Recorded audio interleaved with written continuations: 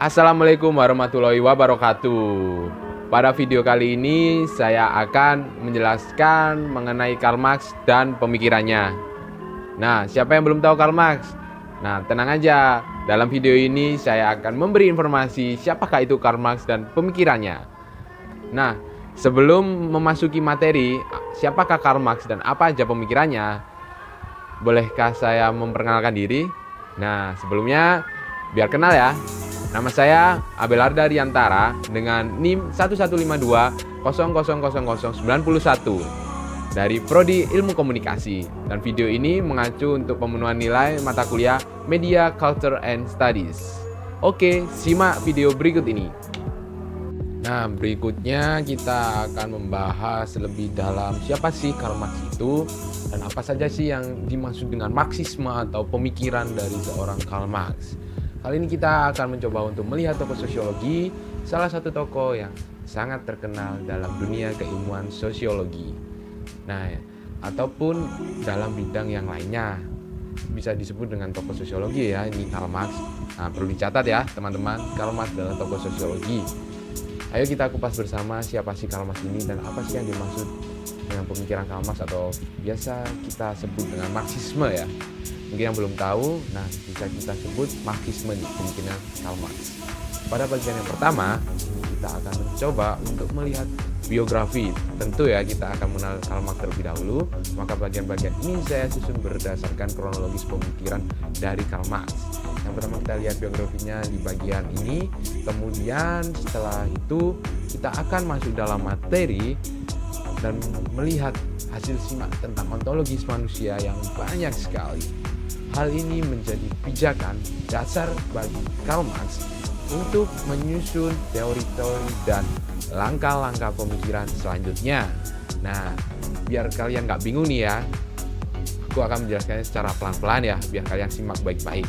Kemudian, setelah kerja dan hakikat manusia ini, Karl Marx melihat bahwa struktur masyarakat kapitalis yang sedang berkembang pada saat itu tidak memungkinkan terrealisasinya kemanusiaan seorang manusia. Nah, itu yang dipikir oleh Karl Marx pada saat itu ya teman-teman. Nah, lalu Karl Marx ini terdapat banyak sekali belenggu yang justru menghalangi terwujudnya kesejatian atau hakikat manusia itu sendiri. Nah, Karl Marx dalam struktur-struktur masyarakat kapitalis. Kemudian pada bagian 2. Nah, kita udah masuk bagian 2 nih, kita akan mereview dikit nih. Kita akan mencoba melihat analisis Marx bagaimana manusia dalam masyarakat kapitalis tersebut terbelenggu kebebasannya yang dia sebut sebagai teori alienasi ya teman-teman.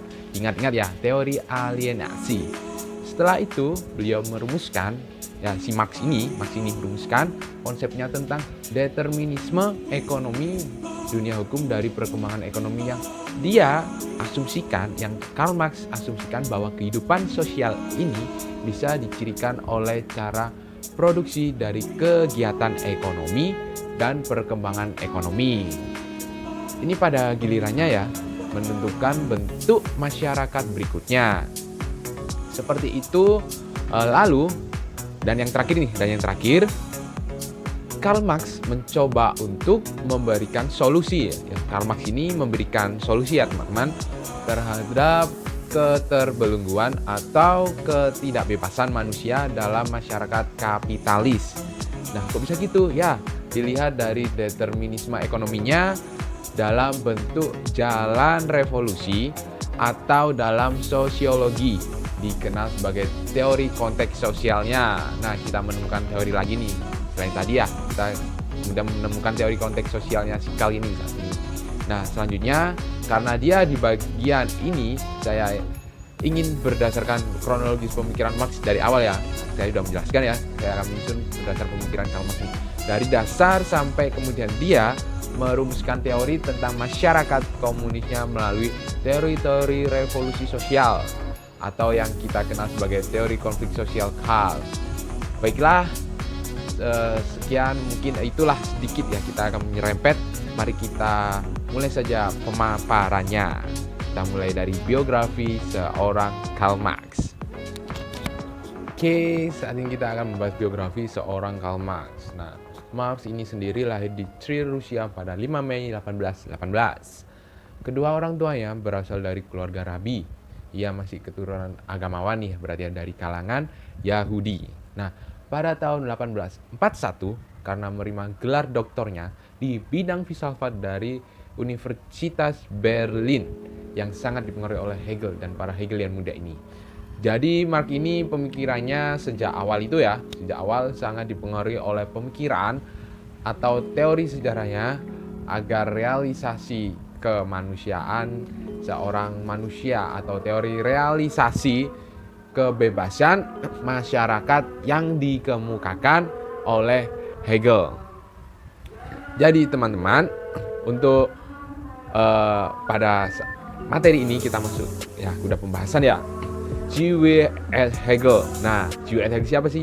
Ini seorang teoritisi sejarah yang berpengaruh ketika itu ya, saat itu ya, si Hegel ini dan para Hegelian muda. Hegelian muda ini maksudnya Hegelian sayap kiri nih teman-teman ya, Hegelian sayap kiri. Ya, yang menolak Hegelian sayap kiri penafsiran dari filsafat Hegel yang dikemukakan oleh tokoh yang berseberangan ya, yang berseberangan atau kaum yang berseberangan, yaitu Hegelian sayap kanan. Nah, yang di sini yang dimaksud adalah Hegelian sayap kanan nih, kaum yang berseberangan itu ya. Nah, ada Hegelian sayap kanan, ada sayap kiri ya. Lalu yang bersifat mendukung nih, yang mendukung teori-teori ini, namun bersifat kritis terhadap guru mereka yang dianggap terlalu condong ke kanan nih, terlalu condong kanan. Disertasi Marx adalah satu risalat filosofis yang kering. Disertasinya ini disertasi saat doktoralnya ini merupakan salah satu risalat filosofis yang kering. Kalau tidak salah, beliau melihat ya, teori materialismenya Epicurus. Teori materialismenya Epicurus yang salah satu filosof Yunani kuno. Nah, tetapi benar-benar mengantisipasi banyak dari idenya di kemudian hari.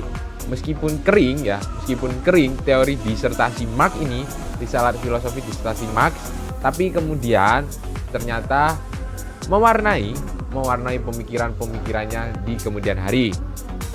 Begitu sangat menjadi dasar atau sangat mempengaruhi pemikiran atau idenya di kemudian hari bagi Karl Marx. Nah, kemudian ya teman-teman, nih tokoh Hegel dan juga dari Universitas Berlin di Jerman ini, kita membahas di Karl Marx saja ya. Setelah lulus nih, Karl Marx menjadi seorang penulis untuk sebuah koran yang liberal nih radikalnya. Dan dalam 10 bulan dia telah menjadi kepala editorialnya. Hebat ya Karl Marx. Dalam 10 bulan aja udah menjadi kepala editorialnya di kantor koran itu, media tersebut. Akan tetapi karena pendirian badan politisnya, kantor koran itu media ditutup oleh pemerintah tidak lama kemudian. Nah, esai-esai awal yang diterbitkan dalam periode ini mulai mencerminkan sejumlah pendirian yang akan menuntun Marx di sepanjang hidupnya. Awal setelah lulus dari perkuliahannya, dia menjadi kepala editorial nih kan ya. Tadi setelah bekerja terus menjadi kepala editorialnya dan juga penulis dari jurnal liberal, sebuah koran liberal radikal seperti itulah. Kalau tidak salah koran itu bernama Renaissance ya. Koran Renaissance teman-teman. Banyak rasa iba yang Marx rasakan terhadap kesengsaraan kelas pekerja berasal dari pembuka dirinya kepada Angeli dan ide-idenya. Dia dari kelas pekerja ini kan, pengetahuan Marx tentang kelas pekerja dan penderitaannya ketika itu Karl Marx ini kesengsaraan kelas pekerja ini terjadi tentunya karena pada awal-awal saat itu sistem ekonomi kapitalisme. Benar. Sistem ekonomi kapitalisme. Ketika persaingan antara para pemodal sehingga tentunya menyebabkan kelas pekerja ini menjadi kelas yang dioperasikan untuk perlombaan. Nah, perlombaan persaingan tersebut atau bisa dibilang kompetisi antar para kapitalisme ini. Marxisme juga memiliki beberapa definisi ya, arti ya dari beberapa para ahli, menurut para ahli nih ya. Yang pertama, Urban Dictionary menyebutkan bahwa Marxisme adalah nama dari serangkaian analisis politik, sosial, filosofis, dan ekonomi yang dirumuskan oleh Karl Marx dan teman dekatnya Friedrich Engels pada abad ke-19 dan yang masih berpengaruh di seluruh dunia. Lalu prinsip dasar pemikiran Marxis adalah bahwa sejarah paling baik dipahami dalam perjuangan kelas dan bahwa kekuatan produksi material dalam masyarakat memiliki pengaruh dominan pada struktur atau budaya atas budaya atau makna ideologis suatu masyarakat dan cara produksi menentukan cara hidup. Itu merupakan satu menurut para ahli ya definisi dari Marxisme. Apa itu Marxisme? Lalu yang kedua, menurut Encyclopedia Britannica, Marxisme adalah serangkaian ajaran yang dikembangkan kurang lebih oleh Karl Marx dan Friedrich Engels pada pertengahan abad ke-19. Ini awalnya terdiri dari 3 ide terkait.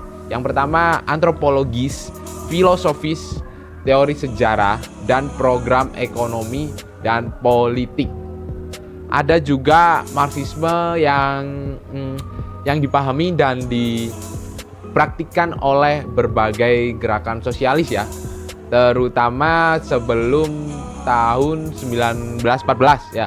Sebelum tahun 1914 kemudian muncullah Marxisme Soviet yang dikembangkan oleh Vladimir Lenin dan dimodifikasi oleh Joseph Stalin menjadi Marxisme Leninisme ya. Dikembangkan, dimodifikasi dan menjadi Marxisme Leninisme yang digunakan dalam revolusi Rusia di tahun 1917. Dan yang terakhir menurut para ahli, apa itu Marxisme? Terakhir ada menurut Collins English Dictionary ya. Marxisme adalah filsafat politik yang didasarkan pada tulisan-tulisan Karl Marx ya, dan menggarisbawahi pentingnya perjuangan antara berbagai kelas sosial. Sekarang kita masuk ke dalam pembahasan teori yang dikemukakan oleh Karl Marx, yaitu teori alienasi. Dari gambar ilustrasi yang bisa kita lihat bahwa setiap orang bekerja keras tapi tidak untuk dirinya sendiri ya. Setiap orang bekerja dengan sepenuh hati tapi tidak untuk dirinya sendiri, teman-teman.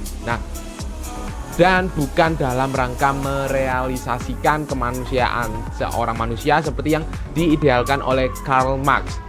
Tapi mereka bekerja demi sesuatu yang lain selain kerja itu sendiri, yaitu upah. Ini sistem ekonomi kapitalisme yang dikritik oleh Marx, seperti itu teori alienasi, teman-teman.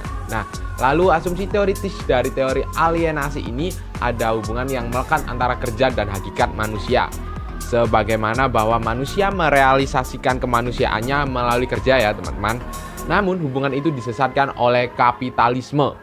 Hubungan antara kerja dan realisasi atau perwujudan kemanusiaannya. Seseorang tersebut disesatkan atau dihalangi atau disimpangkan oleh sistem ekonomi kapitalisme. Marx menyebutkan hubungan yang disesatkan itu sebagai alienasi. Kita tidak lagi melihat kerja sebagai pengungkapan suatu maksud. Yang dimaksud ini pendirian seseorang yang tidak ada objektifikasinya ya. Maksudnya objektifikasi ini perwujudan dari kemanusiaan seseorang agar bisa dilihat, kemudian mempengaruhi kesempurnaan diri seseorang atau mempengaruhi perubahan terus-menerus diri seseorang dan masyarakat menuju ke arah yang lebih baik. Tujuannya semata hanya memperoleh benda lain yang dinamakan uang. Karena kerja itu bukan milik kita sendiri. Ia tidak lagi mengubah kita dan tidak menyebabkan kita menjadi lebih baik terus-menerus dengan konsep kita bekerja. Sebagai gantinya malah kita yang teralienasi dan dari kerja kita sehingga teralienasi dari hakikat manusia kita.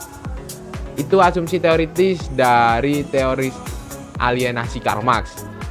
Teman-teman, berikut penjelasan dan biografi seorang Karl Marx, di mana kita sudah membahas semuanya dari biografi, cara pemikirannya, dan teori yang diungkapkan, teori yang disajikan oleh Karl Marx mengenai kapitalisme ya, kapitalisme dan juga biasa disebut dengan Marxisme. Ada penolakan Karl Marx tentang kapitalisme ini untuk dari sisi pekerja ya, dari sisi pekerjanya.